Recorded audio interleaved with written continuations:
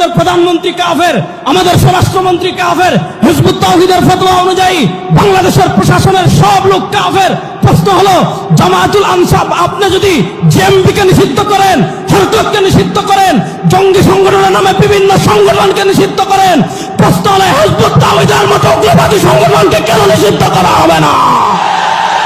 এই বইয়ের 16 নম্বর পৃষ্ঠায় বাজিদ খান পন্নী লিখেছে, মুমিনের সংজ্ঞা অর্থাৎ মুমিন হওয়ার জন্য শর্তের মধ্যেই আল্লাহ ইমানের সঙ্গে জিহাদ অন্তর্ভুক্ত করেছেন। কারণ দিন প্রতিষ্ঠার প্রক্রিয়ার নীতি হিসাবে তিনি জিহাদকে, কেতালকে, সশস্ত্র সংগ্রাম নির্ধারণ করে দিয়েছেন। জিহাদ ত্যাগ করলে মুমিনের সংজ্ঞার মধ্যেই থাকা যায় না, আর মুমিনের সংজ্ঞার মধ্যে না থাকলে অবশ্যই হয় মুশরিক কিংবা কাফের।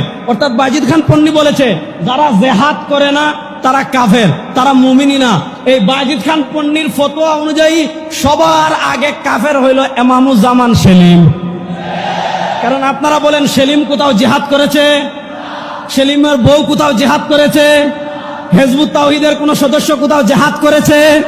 তাহলে প্রশ্ন হলো, যারা বলে জিহাদ না করলে কাফের, এই ফতোয়া অনুযায়ী আমাদের প্রধানমন্ত্রী কাফের, আমাদের স্বরাষ্ট্রমন্ত্রী কাফের, হিজবুত তাওহীদের ফতোয়া অনুযায়ী বাংলাদেশের প্রশাসনের সব লোক কাফের।